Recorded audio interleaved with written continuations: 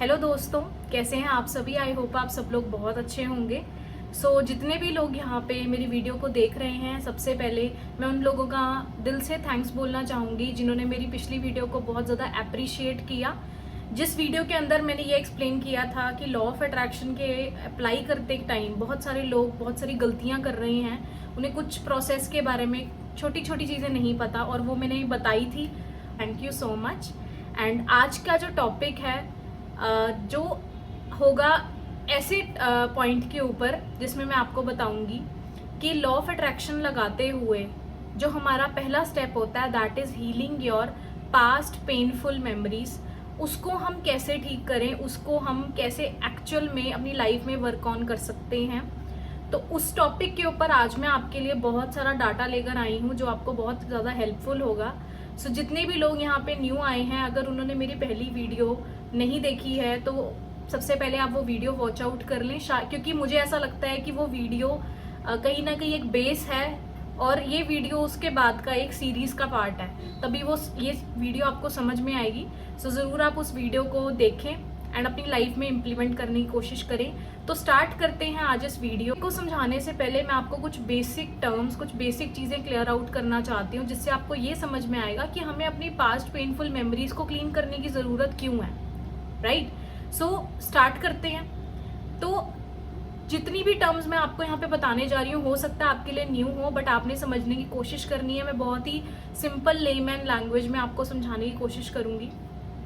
आपने क्या अंडरस्टैंड करना है कि जो हमारा माइंड होता है, कहीं ना कहीं 60 ट्रिलियन ब्रेन सेल्स हैं, न्यूरॉन्स हैं, जो आपस में क्या करते हैं जी, आपस में एक डिस्कशन करते हैं। जैसे आज के टाइम पे हम लोग घर में क्या करते हैं जी, कर हमने कोई डिसीजन लेना है तो हम आपस में बातचीत करते हैं, सिंपल ना। तो ऐसे ही जो न्यूरॉन्स होते हैं हमारी लाइफ के अंदर आगे से आगे मैसेज पहुंचाने का बहुत बड़ा पार्ट प्ले करते हैं। हमारी लाइफ में जो भी चीज़ें, अगर हम किसी चीज़ को टच कर रहे हैं, कुछ फील कर रहे हैं, वो कुछ सेंसेशंस होती हैं, वो सब चीज़ों के मैसेज आगे से आगे सेकंड्स में पहुंचाना, ये काम होता है न्यूरॉन्स का। और न्यूरॉन्स के आगे कुछ ट्रांसमीटर्स लगे होते हैं जो मैसेज को जल्दी से जल्दी पहुंचाते हैं।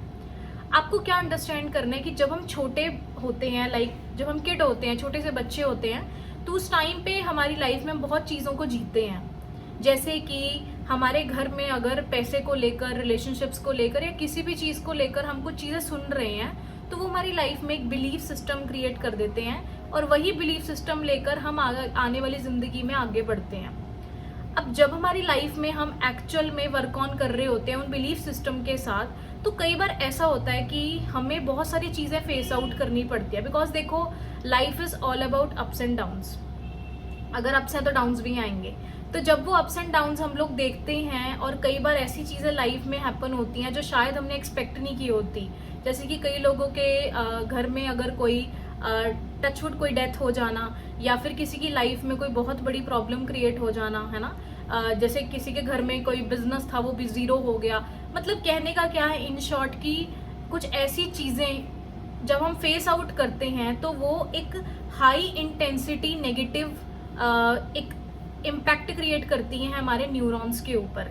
तो जो न्यूरॉन्स होते हैं वो आगे से आगे क्या मैसेज पहुंचाते हैं कि ये एक नेगेटिव मैसेज है, इन शॉर्ट, है ना। वो आपस में एक बातचीत करते हैं। अब ये जो ट्रिलियन में जो न्यूरॉन्स है, जब ये आपस में एक दूसरे को मैसेज दे रहे हैं तो ये सेकंड्स में हो रहा है, राइट। और जब ये इनका जो आपस का बीच का कनेक्शन होता है जिसके थ्रू ये मैसेज पहुंचाते हैं, वहां पे क्रिएट होते हैं हमारे हॉर्मोन्स, जिनको हम हैप्पी हॉर्मोन्स या सैड हॉर्मोन्स कुछ भी कह सकते हैं। जैसे हमने सुना होगा डोपामीन हो गया, एंडोर्फिन, एंड बड़ी सारे हॉर्मोन्स होते हैं। कहीं ना कहीं नेगेटिव हार्मोन्स भी होते हैं जिसको हम कॉर्टिसोल बोलते हैं। बड़े सारे हार्मोन्स रिलीज होते हैं जो एक्चुअल में हमारी बॉडी में आगे ट्रांसफर होते रहते हैं, ठीक है। तो जब ये चीज़ें हैपन होती हैं तो वो हार्मोन्स या वो ट्रांसमीटर्स के थ्रू हमारे माइंड में एक मेमोरी क्रिएट हो जाती है, जो कि बहुत ज़्यादा हमें दर्द देती है। जब भी कोई पर्सन हमारी लाइफ में चाहे 10 साल के बाद उस टॉपिक के ऊपर बात करेगा, तो कहीं ना कहीं वो चीज़ें एकदम ऐसे निकल के बाहर आती हैं और हमें ऐसा फील होता है, हम किसी को जब बताते हैं हमारे साथ ये हुआ था जी 10 साल पहले या 5 साल पहले, तो हम उसे उतनी इंटेंसिटी से बताते हैं कि जैसे वो चीज़ आज हमारे साथ हो रही है। तो होता यूं है कि जो ये न्यूरॉन्स है, ये जो चीज़ें हैं जो मैंने प्रोसेस आपको बताई, ये हर सेकंड हो रही है। इसको हम रोक नहीं सकते और ये होनी है, राइट। वो मैसेजेस आगे से आगे जाएंगे। अब वो चीज़ जब हम किसी को बताते हैं अपनी लाइफ में, अगर हम इसको क्लीन नहीं करते हैं, अगर इसकी इंटेंसिटी उतनी ही रहती है जितनी हमने इसको उस टाइम पे हमने इसको अपने माइंड में डाला था, उसको फील किया था कि ये ऐसा है, मुझे ये नहीं चाहिए, है ना, ऐसी फीलिंग जब हमारे माइंड में आई थी, तो जब हम किसी को ये चीज़ बता रहे हैं, है ना, तो वो 10 साल के बाद भी जब उतनी ही इंटेंसिटी में रहती है, तो हमारे न्यूरॉन्स को ये लगता है कहीं ना कहीं कि भाई ये चीज़ दोबारा से हैपन हो रही है, क्योंकि हम उतनी इंटेंसिटी से बता रहे हैं, है ना। क्योंकि जिन लोगों की लाइफ में ग्रैटिट्यूड बहुत कम होता है, ग्रैटिट्यूड का मतलब है शुक्रिया अदा करना, जो कि बोला जाता है कि हमें डेली शुक्रिया अदा करना चाहिए। हमें बचपन में प्रेयर सिखाई जाती है कि आप प्रेयर करें, भगवान का शुक्रिया अदा करें, खाना खाते हुए शुक्रिया अदा करें। तो वो क्यों होता है? ताकि हम अपनी लाइफ में ज़्यादा से ज़्यादा किन के बारे में सोचें, अच्छी चीज़ों के बारे में, हमारे न्यूरॉन्स पे वो मैसेज जाए और वो चीज़ें ऑटोमेटिकली हमारी लाइफ में ज़्यादा से ज़्यादा अट्रैक्ट हों, है ना। वो कैसे अट्रैक्ट होंगी वो भी मैं आगे आपको बताऊंगी। सो इस तरीके से जब हम ज़्यादा से ज़्यादा लोगों को अपनी पेन्स बताते हैं, और आपको पता है कि मोस्ट ऑफ द गॉसिप्स जो होती हैं या दिक्कतों के बारे में ही लोग आपस में ज़्यादा डिस्कशंस करते हैं, तो उनके कारण वो इंटेंसिटी कभी घटती नहीं है, उल्टा बढ़ती ही जाती है विद द टाइम। और इस इंटेंसिटी के कारण डेली बेसिस पे जब हम रात को सोते हैं तो हमारे दो माइंड्स होते हैं, that is a conscious mind और सबकॉन्शियस माइंड।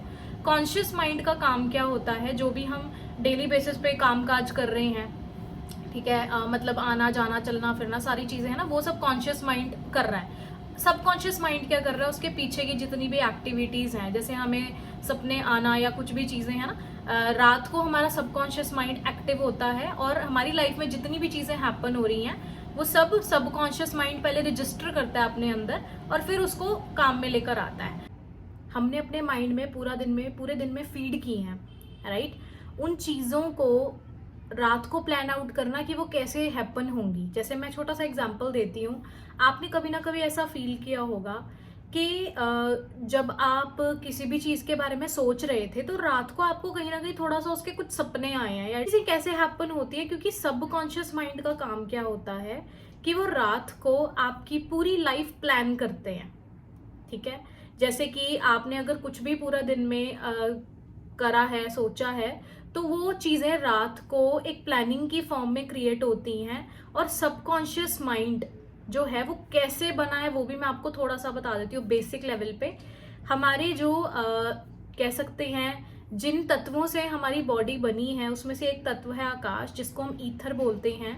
और जो ये यूनिवर्स है, या आप कह सकते हैं कि जो यूनिवर्स है उसे जिसे भगवान ने बनाया, भगवान ने ये चीज़ बोली कि जो इंसान है वो सर्वश्रेष्ठ है। ऐसा क्यों बोला?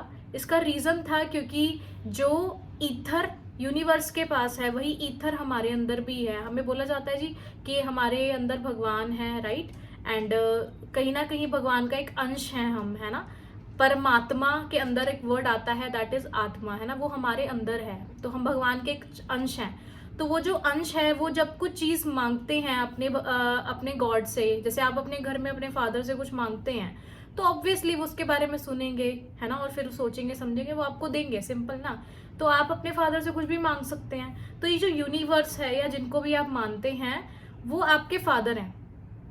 जब आपने पूरा दिन किसी एक्टिविटी को जिया और आपने उस मेमोरी को क्लीन नहीं किया जो आपको नहीं चाहिए, जिसके बारे में एक्चुअल में वो इंटेंसिटी भी हाई है, उसकी वाइब्रेशन भी बहुत हाई है, लेकिन आपने उसको क्लीन नहीं करा, तो रात को सबकॉन्शियस जो माइंड है उसे क्या लग रहा है कि ये चीज़ है ना कहीं उसे अपने फादर से मांगनी है। मैं आपको बहुत सिंपल लैंग्वेज में बता रही हूँ, ठीक है। सो वो चीज़ जब वो मांगता है, ठीक है, तो वो जो ईथर है, जो यूनिवर्स की एनर्जी है, जो वाइब्रेशन है, जब वो आपस में बातचीत करेंगे उससे, वो आपकी लाइफ में उन्हीं लोगों को ज़्यादा से ज़्यादा इनवाइट करेंगे, उस चीज़ को ज़्यादा से ज़्यादा आपकी लाइफ में लेकर आएंगे जो चीज़ कहीं ना कहीं आपको डरा रही है, राइट। जैसे कई लोग बोलते हैं कि मैं बीमार नहीं रहना चाहता, मुझे कैंसर नहीं चाहिए, मुझे शुगर नहीं चाहिए। तो वो क्या कर रहे हैं? वो उसी के बारे में पूरा दिन बात भी कर रहे हैं, उसके बाद उसी मेमोरी में रात को सो रहे हैं।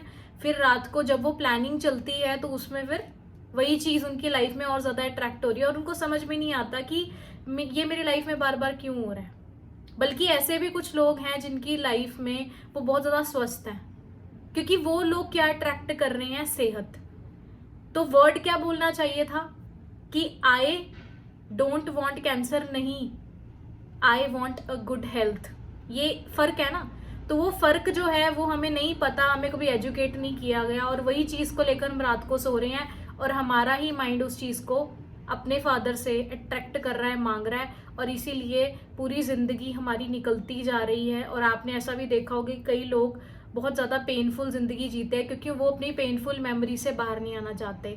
कई बार तो ऐसा भी होता है कि जब ऐसे कुछ लोगों को कुछ ग्रैटिट्यूड से भरे लोग ये बात समझाते हैं कि आप इसका ये सॉल्यूशन करें, आप ऐसा मत सोचें, आप इस तरीके से ऐसे सोचें, तो वो लोग ना फिर भी उस प्रॉब्लम को पकड़े हुए हैं क्योंकि उनकी आदत हो चुकी है विक्टिम बने रहने की। पूरी जिंदगी प्रॉब्लम को ही गिनने की उनकी आदत बन चुकी है।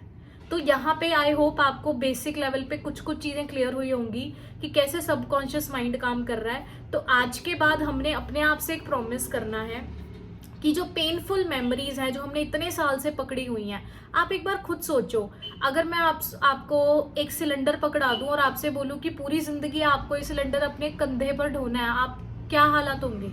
आप सोचिए आपकी क्या हालत होगी। आप नहीं ढो सकते।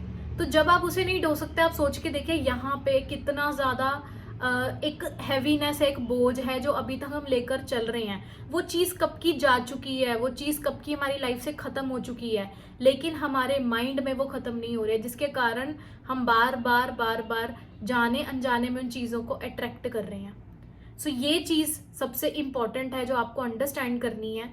और इसीलिए आपको अपने साथ जितने भी आपकी जिंदगी में या पूरे दिन में कुछ भी हो रहा है, आपने उसका क्लोजिंग करके सोना है। जैसे आपको पता है जी, हमारे इंडिया में एक क्लोजिंग होती है जी, ठीक है, 1 अप्रैल से 31 मार्च की, तो वो एक क्लोजिंग होती है उस ईयर की कि हाँ ये हो गया है ना। तो ऐसे ही आपका पूरा दिन जो है वो एक क्लोजिंग की तरह आपने लेके चलना है कि रात को अगर कोई इश्यूज हैं, कोई प्रॉब्लम्स हैं, उसको रिजॉल्व करके सोएं, उनका सोल्यूशन निकाल कर सोएं, और अपने आप से प्रॉमिस करें कि उसका जो प्रैक्टिकल सोल्यूशन है उसको अगले दिन इम्प्लीमेंट करेंगे।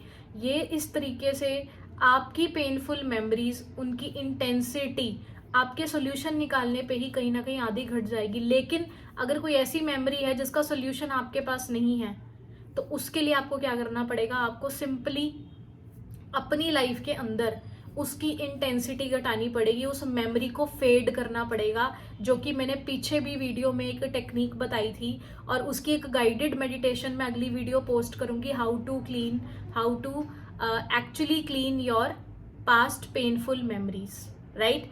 तो उसकी इंटेंसिटी जब आप धीरे धीरे घटाएंगे, पर आप इस चीज का हमेशा एक ध्यान रखिएगा कि जैसे आप जाने अनजाने में हम लोग अपनी पेनफुल मेमोरीज को बहुत ज्यादा बार डिस्कस कर लेते हैं। आपको शायद पता भी नहीं होगा कि अगर आपकी लाइफ में कोई चीज 10 साल पहले हुई, 5 साल पहले हुई, तो शायद आपने उस चीज को हजारों बार किसी ना किसी पर्सन को बताया है।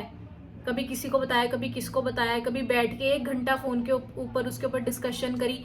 वो सब चीजें आपको याद रखना है कि अगर आपने वो चीज को नेगेटिवली 10,000 बार बोला है, 1000 बार बोला है, तो अगर उसको पॉजिटिविटी में कन्वर्ट करना है, उसकी इंटेंसिटी घटानी है, तो पहले कम से कम हमें 100 बार तो वो चीज अपने आप को बोलनी पड़ेगी ना, मिनिमम, राइट। तो ये सोचकर आपने चलना है कि इसमें टाइम लगेगा, राइट, एंड इसको आपने करना है क्योंकि आप अपनी लाइफ को चेंज करना चाहते हैं। तो आज हमने अपने आप से क्या कमिटमेंट करना है? सबसे पहले we have to be grateful. Second, हमने नेगेटिव लोग या फिर जो गॉसिप्स करते हैं, जो सिर्फ आपकी पेन को बार बार आपको रिमाइंड करा रहे हैं, उन लोगों के साथ बैठना हमने कम करना है।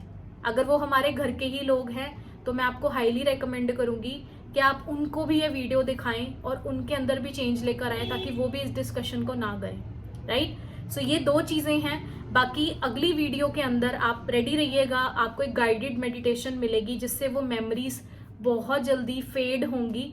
और मैं इस बात को लेकर आपको श्योरिटी देती हूँ कि अगर आप उस मेडिटेशन को रेगुलर बेसिस पे करेंगे तो बहुत रिलैक्स होगा आपका माइंड और आपको बहुत पीसफुल फील होगा।